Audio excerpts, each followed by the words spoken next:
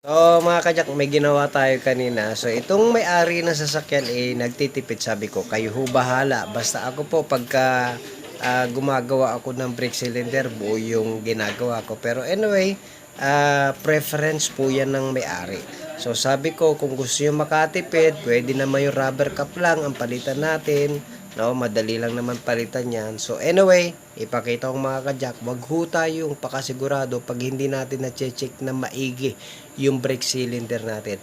Siguraduhin natin i-check yung brake cylinder pag binuksan po natin yung tinatawag na brake drum. Napakahalaga na buksan nyo po yung rubber. Doon nyo makikita kung may tagas na. Kasi po yung kanyang rubber cap na nandoon sa may pinakadulo, no, yung pinaka cap niya doon, yung kanya naman tinatawag na repair kit nasa loob. So sabi ko, palitan natin ng repair kit, kayo po ang bahala. So anyway, ganun ang ginawa natin mga kajak. So tignan nyo kung paano natin ginawa. So pag di nyo maalis to mga kajak, nakikita nyo yung butas na yan, 12 yan. So, pasukan nyo ng 12. Tapos para umangat. So mahalaga na na-check ang preno natin. Ito Ford Fiesta. Kasi pag di natin na-check yan, siyempre delikado. Napakahalaga sa sasakyan ang preno. Ayan. So habang hinihigpitan nyo yan, siya naman luluwag yan. Huwag kang mahuhulog. Mabuti, mauubusan din talaga ng fluid yan pag... Pagka nagkakit na kayo, persado na yan. Delikado.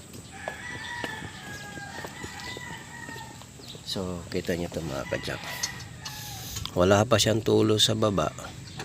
Pero may tagas na dito. So, ito mga kajak. Kagaya na sinabi ko, huwag kayong papadaya dito. Pagka nakita nyo yung tuyo, wala naman tagas. Dito, bubuksan nyo yung rubber na yan. Rubber cap na yan. Silipin nyo. Tignan nyo to. Basa na mga kajak. So, may patak na yan ng konti. Pasira na yan mga kajak. So, napakahalaga na maintindihan natin yan. Pagka binuksan yung brake drum, make sure sa pag-check, buksan nyo yung rubber na yan para makita nyo kung talagang pasira na yung ating brake cylinder. So, yung naman dyan, papakita ko mamaya, rubber, yung repair kit, yung kanyang rubber, pwedeng palitan kung nagtitipid. Pero kung hindi naman mga kajak, mas maganda, magpalit na lang kayo ng brake cylinder na buo. So, ayan, kung nagtitipid din, nasa inyo naman yung mga kajak. So, tignan natin kung anong gagawin pa natin.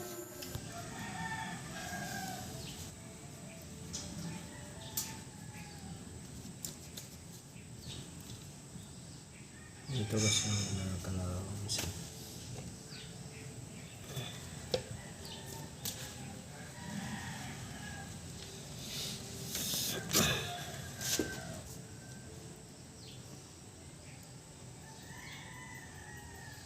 Talagang special tools ang ginawa mo Sir?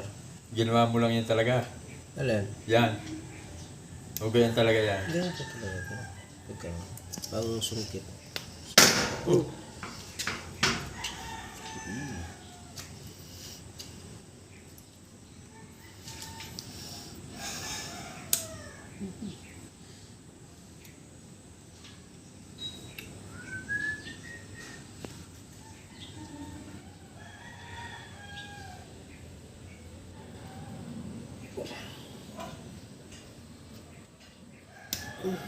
Kulang sa langis. Palitan kasi ng fluid Hindi na din-drain Kaya kasama sa maintenance yan Pagpapalit ng fluid? Dinidrain. Talaga? Pina-flushing. Para lumabas yung mga luma. Kasi nandyan lang yan. Iikot-ikot lang yan.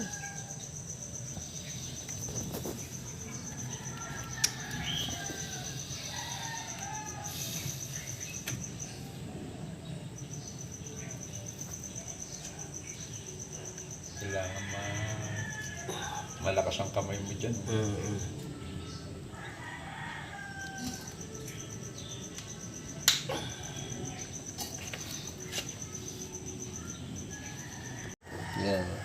Magkano lang ano sa ganyan?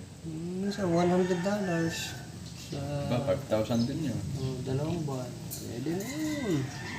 Maraming bigas na mabili na. Marami din nag-advertise eh, no? Marami ng bigas mabibili yun.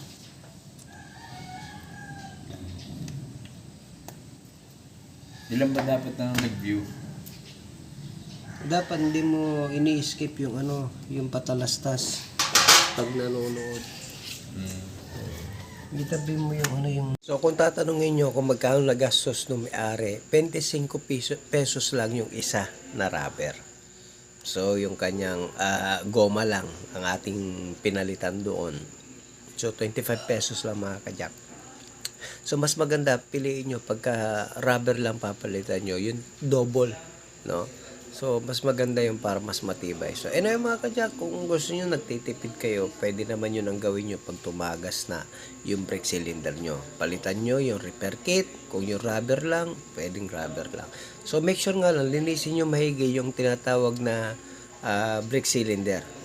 Ang gawin nyo dyan, ugasan nyo na may sabon, na may kasama Scotch Brite, na huwag nyo lang basta liliyahin na baka kasi lumaki yung butas nun.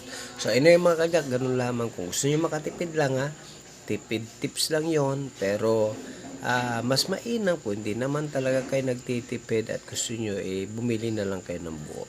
Yun lamang mga kajak, God bless you.